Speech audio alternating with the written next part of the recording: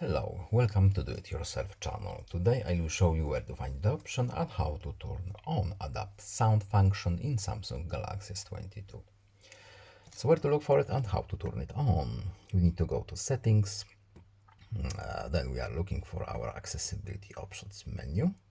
Next, hearing enhancements, and here we have our adapt sound. When we enter here, we need to allow this option. And now we can change a few things. So what does this function do? We have a short explanation here. So adapt sound gives you perfect sound when that's tuned just for your ears, with headphones only, of course. So we can choose our preset here.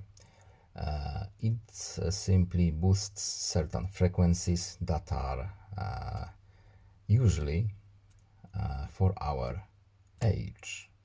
Of course, it may be different for you, but if you need to tune it more, we can do it from here.